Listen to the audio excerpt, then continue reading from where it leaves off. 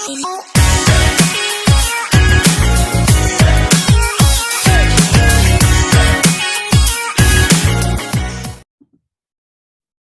right. I'm recording. Tyler, are you recording? I'm recording. Michael, are you recording? We're all live. All right. We're live. We've been getting a lot of requests that we need more content out there. So we will all be recording and we will all be posting content out there so that everybody will see it and there will be love that is spreading around. But anyway, we come here. Big eye roll there, Mike. We come here with a day of mourning. This is a day of sadness. The Packers are a very, very bad football team. They just lost to what a lot of people think is the worst team in football. They're literally tanking. The Washington Commanders. It's really hard to think of positivity and of good things about this Packers team right now. It's sad. It's frustrating. It was an exciting day overall of NFL football yesterday, but as Packers fans, a lot of injuries yesterday. As Packers fans, we are sad, and we all have a lot to say. So, I'm almost speechless. I mean, this is 2 weeks in a row of abysmal, pathetic football. This offense is horrendous. It's broken. It seems to me that our quarterback and our coach are on two different pages of where they want this offense to go. Our receivers can't catch. Dropped so many balls yesterday. Our quarterback is off to one of his worst starts of his career. He also has a horrible attitude issue. Terrible attitude. He's missing the throws that are open. There were 5, 6, 7 throws yesterday that Rodgers just missed his receivers in critical times. Swing routes to Aaron Jones, crossing routes to Romeo Doubs, just all around a disaster. So what's going on? What's wrong? And honestly, where do we go from here? I mean, this is a train wreck. You know what? I'll let who wants to start? Go ahead. I think we're past the point of the panic button. The panic button has been crossed over. We have jumped over the panic button, and we are now in the Marianas Trench.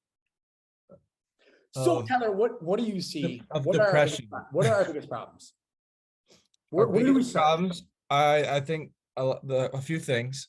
Our offense is horrible. Aaron Rodgers' attitude and leadership right now, it just looks like he's checked out and he just wants to blame everyone, and he just looks sick of it. I don't think our team has a lot of heart right now. They don't seem like they really care. I don't know. That's just how I'm seeing it. Our defense, we have a lot of talent, but we let up big plays. Just one bad thing happens, and it's just been one bad thing after another that's just been leading to a lot of horrible defensive play, even though our defense technically should be damn good. We have a lot of good assets on our defense, so our defense has not been stepping up. How about Jair getting toasted yesterday in man-to-man coverage against Terry McLaurin? Jair is not looking like he's the best cornerback in the league right now. I'll tell you that. And then the last thing I was going to say is a lot of people are going to be coming for the ownership of the Packers and the GMs, whoever are making the moves, if they do not make a move before this November 1st deadline of getting a receiver. It is evident we need a playmaker. There are so many guys that we could potentially trade for right now. Elijah Moore, disgruntled wide receiver, talented from the Jets. DJ Moore, the Panthers are tanking. Chase Claypool is heard to be on the block. Brandon Cooks. Terry McLaurin. I don't think they'll trade him, but that would be awesome. Brandon Cooks is on the trade block from the Texans. He could bring some good veteran wide receiver leadership. He's also still a very good player. Just so many things that are piling up, and it's just looking like a lost season at this point. Mike, what are your thoughts? Yeah, my short analysis is that I've given up hope for the season. Marianas Trench. Yeah. Wait, that's a great band too, Marianas Trench, but it's a band. But a couple of things. I know you guys talked about an attitude problem. when the Washington R words or the Commanders were driving down the field like late in the fourth quarter, and McLaurin, I mean, he's a great wide receiver, by the way. He is phenomenal. I think over the last year and a half, he's stood out to be, I'd consider probably like a top 15 wide receiver in the NFL, in all honesty. But the attitude problem. So we gave up a big first down play, and then I think it was Eric Stokes gets an unsportsmanlike conduct penalty that just lets them get an extra 15 yards. You guys know how long that first half took? That first half took 2 hours. So many freaking penalties. Yeah, that was and a lot of so mental long. mistakes. It's not just simple play calling is the solution. You can do that, but if you have all these mental mistakes, like if you're lining over another receiver and whatnot, it's just. We were starting second and long. It was second and long the entire game on offense. Oh yeah. There was a holding penalty. There was a false start. There was illegal formation. You're 100% right. Packers didn't convert on a third down until late in the fourth quarter. They did not convert on any third downs prior to, which is sad. Every time we made a big play, it was negated by a horrible penalty. The one play that Eric Stokes, like illegal contact call, was bullshit. That was horrible. Do you remember that one? Yeah, I do. Gary caused that fumble and we took it to the house, and they called Eric Stokes on this like absolute bush league soft illegal contact because he was 6 yards downfield rather than 5. It was so stupid. But my guy, yeah, you're right. I think you're right on the money. But what do we do to fix it? I don't know. You tell me. I honestly couldn't tell you. You have freaking Lazard going out and Sammy Watson. I know he had a couple catches yesterday, but he's not a threat right now. Not at all. No. Coming off the IR. No. So I don't think, honestly, Tyler, like I hope, but I don't think it's as easy as adding a receiver. Like I think it makes a massive difference if you get a playmaker like an Elijah Moore, Cooks, DJ Moore. Like it gives confidence to Rodgers, and then it makes the other receivers better by having some more attention off of our ass receivers. Yeah, I mean it's true. It's going to help, but one thing that I see is like a really blaring problem is I think Michael hit it on the head. Like the mental mistakes are so pathetic. Yeah, it's just depression. I mean, the mental mistakes are so bad. I mean, we keep getting set back. We'll make a good play and we'll go backwards. We'll have a good drive going, and then a holding penalty and an incompletion. And next thing you know, it's 3rd and 20. And it's just like, we can't complete passes on third down. The play calling has been terrible. I don't understand where we're going. And it's like people want to pin everything on the floor, but it's like, dude, he is mixing things up. Aaron Jones touched the ball almost 20 times yesterday, and he had 2 touchdowns. He only had 8 rushes. But we're down. Like we had no. Wait, he didn't have time 20 on touches. I'm confused. You said he had 20 touches. Didn't he only have 8 carries yesterday? Yeah, and he had 10 pass attempts. He had 9 catches, I think, or 8 catches or something like that. He was targeted like 10 times in the passing game. Really? Yes. I don't see that. So it's like, you're right. Damn, 9 receptions. I did not see that. They're trying to get Aaron Jones the ball. And Tyler, most of our rushing attack is like these like flat passes anyway. But it's like, LaFleur is mixing it up. And it's like, it gets to a point where it's like, we're trying to get the ball to Aaron Jones. We're throwing it out in the flat. It's like, when is it become? It wasn't a line problem yesterday either. Like our offensive line only allowed 1 hit on Aaron Rodgers all game. It was not the offensive line. So maybe our receivers aren't getting open. That could definitely be definitely what it is. That's part of the reason. But I also think that Aaron Rodgers and LaFleur aren't on the same page. Like I think LaFleur wants to run this Kyle Shanahan, Sean McVay offense of like a bunch of play action passing and getting the quarterback out in the flat, RPO, all that stuff, like the modern day NFL. And Rodgers wants to sit in back in the fucking shotgun and act like he still has Devontae Adams.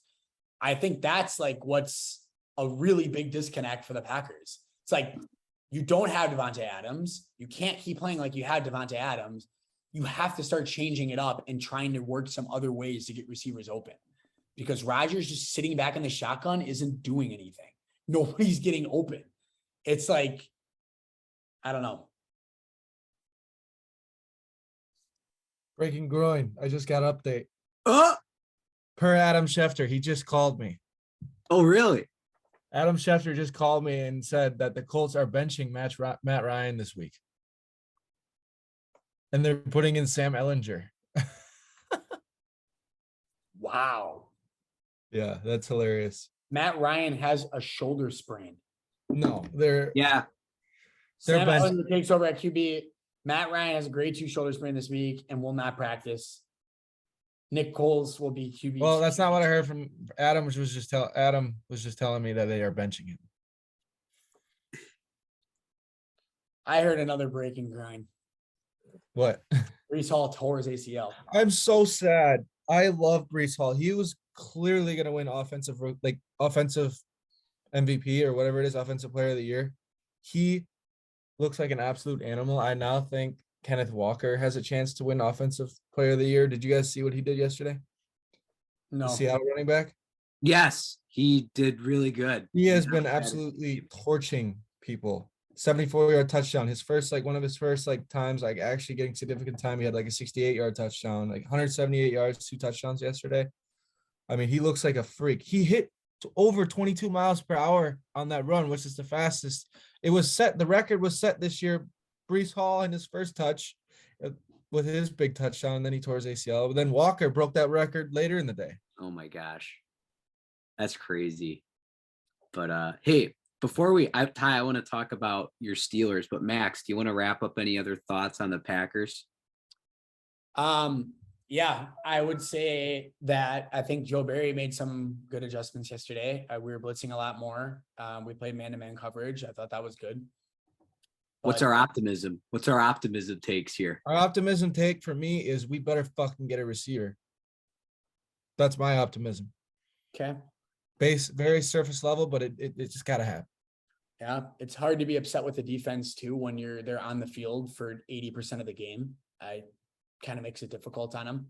But I would say that my optimism is that the offensive line had a great game. So maybe Rodgers will start feeling a little bit more comfortable in the pocket. And we had a wide receiver. I think I will not give up on the season yet. If we somehow, some way, find a way to go to Buffalo next week and beat the Bills, that will save our season. But we need to figure out a way to do that. If we don't, and we go 3-5, that's going to be a problem. But especially with the Vikings having we play the NFC East this year too. So that's not good.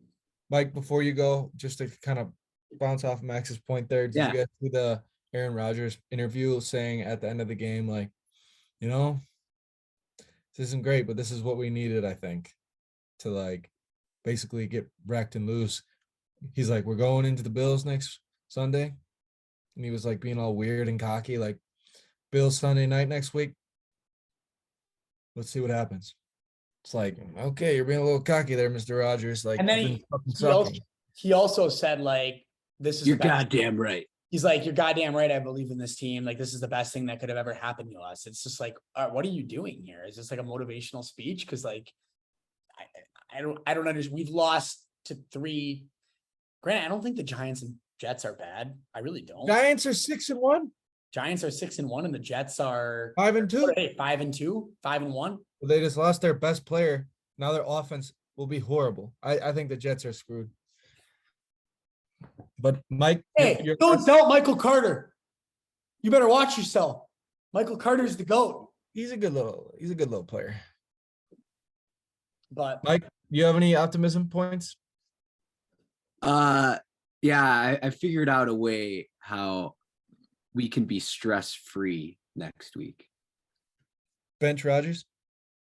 No, it's just not watching the game and going to bed at 7:30. That's my optimism outlook on this Packers team for next week. So it's the first time in his career that he's starting as a double-digit underdog going into a week. That's nuts. 10.5 underdogs. They might lose by 40. They might win. But any other games you wanted to cover? Dude, Ty, I was the Dolphins Steelers game last. Before we hit on this Dolphins Steelers, I think it'd be kind of fun to do a little section of panic button for players or teams? Where are we at? Oh, I like it. I like it. I like I it. want to start. I have a really big one. Tom Brady and the Buccaneers. Where's Losing the panic to button? the Panthers, who not only did they fire their head coach, they're in free fall with that. They have an interim head coach. They also just fired or got rid of one of their best players in Robbie Anderson and kicking him off the team, basically.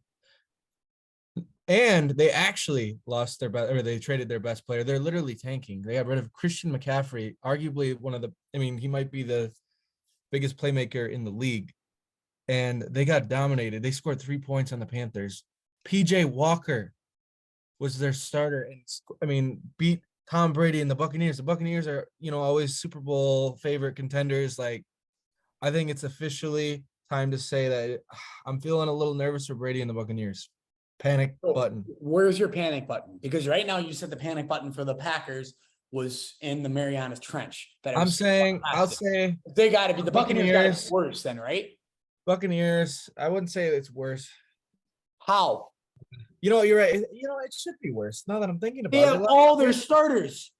You're right. They had everything. Mike Evans shot that clear touchdown pass. Like, they had they lost to Fournette, the worst team in Evans, the league Godwin, by far. Brady, a healthy line. They have everything. I don't really think you can go deeper than the Marianas Trench, but I'm going to think that we're going to go deeper. We're going to go where Megalodon resides because we think that's below the Marianas Trench. The actual line of where you think the Marianas Trench is, there's actually just like a little level of gas or something that makes you think it's the bottom, but we're going past that into where Megalodon resides. That is where the Buccaneers are right now with Tom Brady. All right. I'd be sweating if I were a Buccaneer fan. My panic meter for the Packers is sitting at a 4. That's it? My panic meter for the Buccaneers is sitting at about a 6. It's still really early in the season. You're really being a little generous on those. The Chiefs last year started off 3-4, and they went to the AFC Championship game. That has nothing like, oh, the Chiefs. What's wrong with the Chiefs? The Chiefs are out of it. Mahomes is washed. He's playing really bad. That was the year. What does that have to do with Tom Brady, who's 44 in the Buccaneers? What? What does that have to do with Tom Brady, who's 44 in the Buccaneers? Because they're 3-4. Okay. And the Packers are 3-4. So I'm just saying, like, that makes my point of, like, it's still really early in the season. There's a lot of football left. You know what I mean? 3-4 doesn't mean you're out of it. Just puts you in a bad spot. But we're not quite dead. I would say the panic meter for the Buccaneers is higher than the panic meter for the Packers, because I think that Aaron Rodgers has got a lot more talent left in him than Brady does. And I think that the Buccaneers are in a bad spot, like money wise, and like they tried to bring back and run it back, and they brought back everybody. Now they have all their starters playing and they're just bad. Mike Evans sucks. Godwin sucks. Brady sucks. Fournette's fat. The line is terrible. Yeah, man. Tough look. Rob Gronkowski was the key to his success. That's what I said yesterday. He was the glue. Like, any panic buttons for people or players? I mean, people or teams? Yeah, 2 panic buttons on the same team. One's gonna be the panic button for Jameis Winston. I think he's probably at about a 5 right now. I know he's been injured the last couple games for the Saints. Andy Dalton hasn't looked too bad. Also, whenever he had 2 pick sixes last week, and they got wrecked. That's probably Jameis's average, is a couple pick sixes a game anyways. I don't know. But the Saints as an organization, I know they got destroyed. It's a little bit of a distant memory now against the Cardinals on Thursday Night Football last week. Yeah, the Cardinals. The Saints just, I don't know what they're doing. My panic button for them is probably at about not in the Marianas Trench. Their panic button for visual, pretend my Today's Show cup mug is the panic button. It's right behind me. It's right there. I'm not looking at it yet, but it's right there. It's right there. So probably about like a 5.5, 6 for the Saints organization. All right. I would also like to throw out one more panic button that nobody ever seems to talk about. When are people going to start talking about the 49ers Oh yeah. 49ers are Super Bowl contenders, supposedly. They have their whole team healthy. I They mean, just fucking traded away. They have no picks for the next like however many years. they traded away their entire like future for Christian McCaffrey And Trey Lance. and Trey Lance, and now they're sitting in the same exact spot as the Packers. So if you're going to panic about the Packers and the Buccaneers, you sure as hell better start panicking about the 49ers because they're in the same spot. At least they did just make a move and go out and get Christian McCaffrey. But like, Packers don't like to make any move with any type of risk. if we don't make a move at the deadline, I'll take it as this team is looking to tank. All right. I got one more panic button, and I'm confirming my point, my breaking groin from Mr. Adam Schefter when he called me earlier. Oh, So I just got word. He texted me. Sam Ellinger will start in his place and will continue to do so for the remainder of the season, no matter what. Matt Ryan was going to get benched, whether he had a shoulder sprain or not. whoa. Matty Ice getting the bench. Yikes. The Colts continues to be in organizations where veteran quarterbacks go to die. Yeah, like legit. This is breaking groin. The Green Bay Packers just trade for Terry McLaurin. No, they didn't. No. Oh my god. That would be lit. Bro, you can't do that to me. If they Oh, I fucking can't. traded for Terry You just got McLaurin- paid by the Commanders. You got okay. That was The horrible. Packers just trade for star wide receiver Michael Krupa to drop a couple wide open passes in the end zone. and get absolutely wrecked. Yeah. Packers switch up their coaching staff. Call Vince Lombardi up from the grave. Packers bringing on Max Hoffman to start at quarterback for the remaining of the season. That would be the best move they ever made. I would fucking lead them to a Super Bowl in a heartbeat. One more thing that I wanted to cover before maybe a little Steeler talk. Steelers. So how are we feeling on Geno Smith, Max? And Mike? 'Cause Dude, I know you guys have been hating. I mean, the Seahawks are I have looking not been damn hating. good. You were hating on Geno and the Seahawks. Dude, everybody said that the Seahawks were going to be terrible. I Even was just saying I Carroll thought was fine. Like, oh yeah, we'll just try to get a few wins. I was saying that I thought Geno Smith was playing really well, but I didn't believe in Geno Smith. But You believe in him now? I think that Geno is playing really well. Mike? Good for Geno. He's got a couple of Isn't signature wins under his belt now. 4-3 right now for the Seahawks, and they've had a lot of injuries too. DK is probably going to be out for a long time. When are the people going to start calling the Chargers a joke of a Super Bowl contender? I mean, they're not. Yeah, not they're still 4-3, but honestly, Herbert has looked pretty ass this year. He's looked bad. The team is not very good, and I don't know why. Joe Burrow, though. 500 yards, 4 tuts. He looked good. Could very well be the guy out there. All right, let's get the Steelers talk over with. I don't know why. Like you Steelers. you seemed like you wanted to say something first for the Yeah, Steelers. what is there to talk about the Steelers? They're so bad. I'll be honest, the one tie I will give you, they stayed in that game. They did. I watched the entirety of that game, Max. The Dolphins could have easily taken a 3-touchdown lead in like the first quarter. The Steelers held them to, I believe it was a touchdown and 2 field goals. They kept bending but not breaking. That is Steelers football right there, though, Yeah. in all honesty. Chris Collinsworth is going after that the whole time. He's like, you talk about the team who plays football like the Steelers. It's the Steelers. So I'll give them credit. They stayed in it, but they got to make a couple adjustments because they just could not score down the road. I just think right now with the Steelers, Kenny Pickett, I think, is showing a lot of flashes of potentially being a very good quarterback down the line with his mobility. He has the ability to run really well. He makes a lot of really good throws, and then he goes out and throws 3 picks. So right now, throwing into the defense. Right now, it's just a matter of like sometimes he gets flustered and makes bad decisions, but overall, he seems extremely poised in the pocket, rolling out to the left and to the right, running. I just think, with age and with some more experience, he'll be much better. I think. I just don't think it's the year.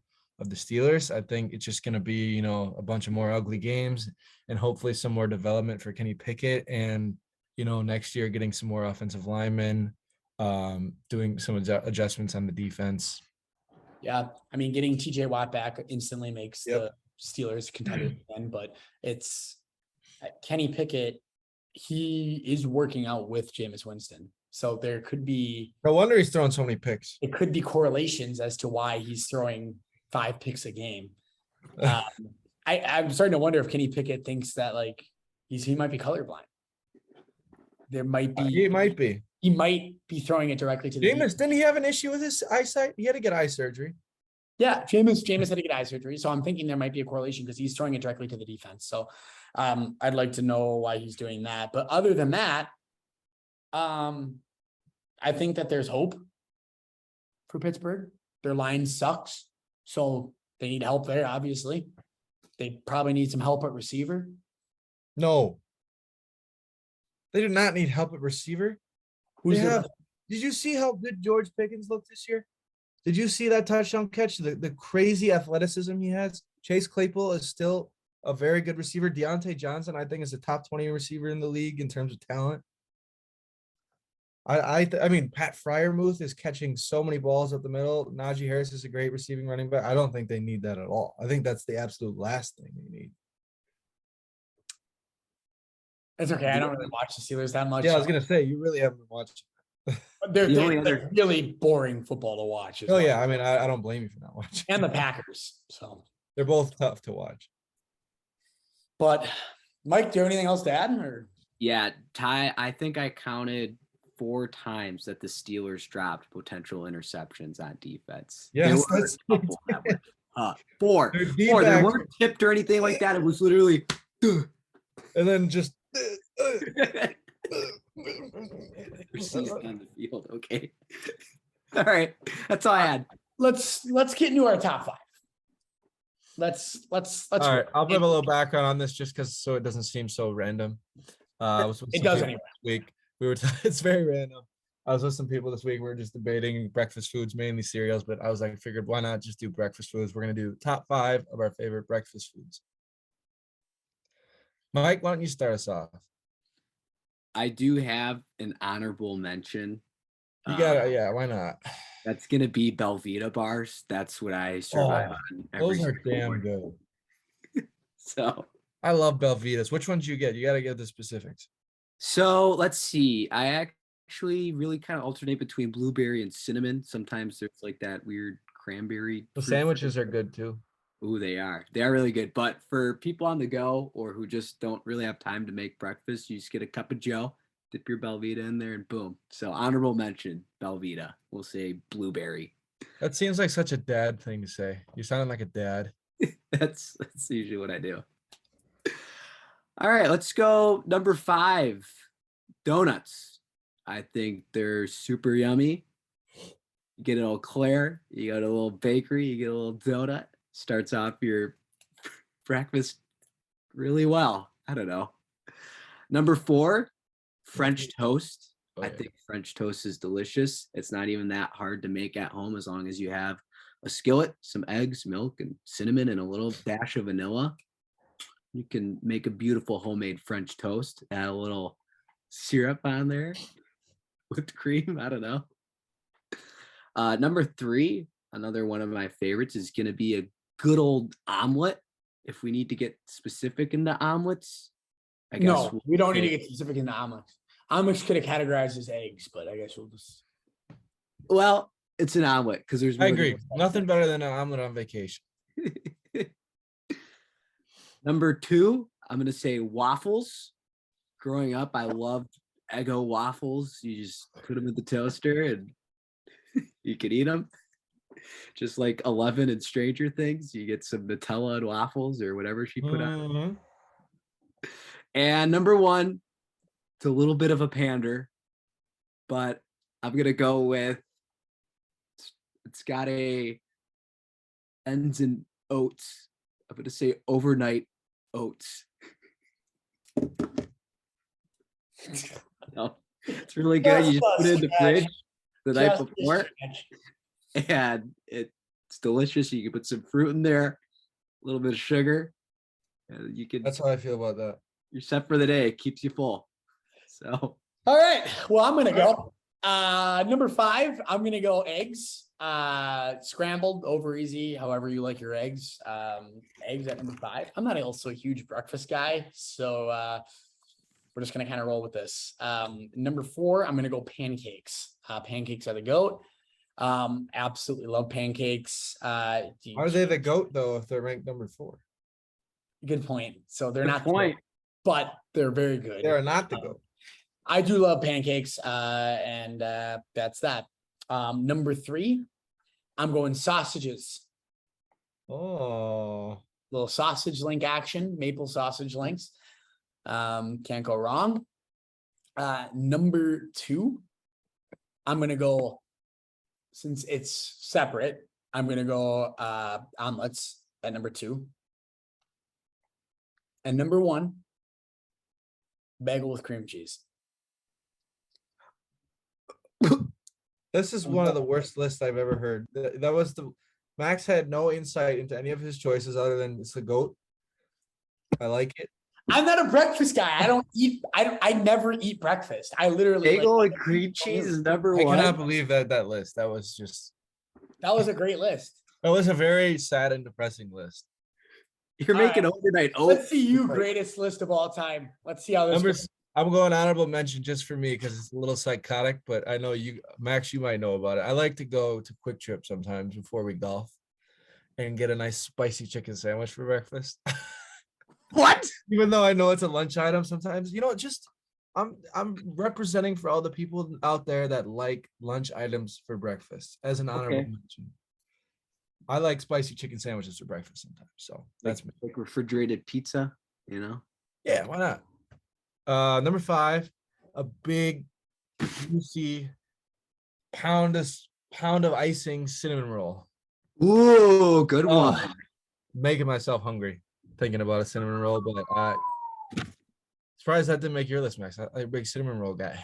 I haven't had a cinnamon roll in a really long time, and I love donuts too, but I haven't had a donut in a really long time either.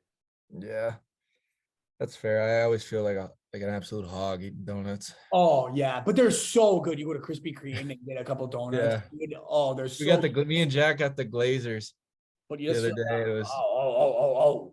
yeah, they were pretty nice. But number 4, a good breakfast burrito. My favorite breakfast burrito, if you guys have not had it, is at Collectivo. It's a chorizo breakfast burrito with like a little bit of spicy green picante salsa, some chorizo sausage, some eggs, some red pepper, some onions, some cheese, and then you dip it in the red salsa. That's Solid, Ty. It's oh fuck, I'm hungry.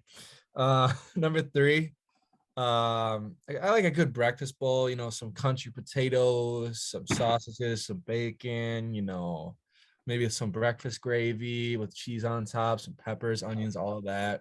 Super filling. You just feel good after a lot of protein. Put whatever you want in it.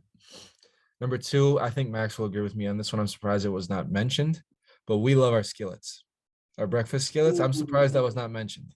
What's the difference between a skillet and a breakfast bowl, though? I feel like breakfast bowl, literally it's in a bowl. A skillet, they come out with a cast iron pan, and it's like steaming up. It's greasy as fuck. You always get it at a greaser restaurant, served by a nice Roz waitress. What would you like to order today? Would you like some black coffee with that? Wazowski, your paperwork's late. You didn't show up for work last night. Wazowski. Oh my god. I love doing a Roz impression, but that's how all waitresses are when you order skillets, because skillets are greasy. What? That's just what I meant. I mean, the last time I got a skillet, Max, I feel like it was with you, and the lady was just, "What can I get all you want this morning? I want some toast." Yeah. All right, number 1. I can't not say this because I've had thousands of them. So every morning my mom would cook pancakes for us for before school, and they were just the best. I probably have had over 5,000 pancakes in my life. So, I mean, 18 years of pancakes. I mean, maybe not 18 because I wasn't probably eating them when I was, between 0 and like 4, but I have had lots of pancakes. Janet is the best pancake. My 5,000. mother is the And best pancake maker in the world. So, number one. I think people are going to give us flack that none of us said bacon, so let's put bacon as an honorable mention. Yeah, bacon is our overall group consensus number one. No, we can't do that. What would you put on your pancakes, Ty? Any I good like syrup, whipped cream, sometimes a little peanut butter is good. Woo, yeah. Some blueberries, chocolate chips, cinnamon apple streusel, cinnamon apples, powdered sugar. Sick. wow, awesome. Well, I think that we all had amazing lists, especially me. Your list was ass. And again, that's pretty much all we got today. So for all of our listeners out there, thank you. We appreciate you. And All 7 of you. what? All 7 of you. Yeah, all 5 of you. So thank you for listening. Mine is my mother and sister. And And probably Max's mom and Mike's mom. So all 3. my parents don't listen. My parents. Mike, do your parents listen? No, My mom was like I actually did tell them upset. not to. Really? My mom was actually upset our episode wasn't out. So I know we have one loyal follower. We got a couple. We got several loyal followers. But anyway, Tyler, you want to take us down? All righty, boys. Good episode, Max. Better list next time. Just kidding. It wasn't bad. All right, boys. That was a good episode. Pod out. Pot out.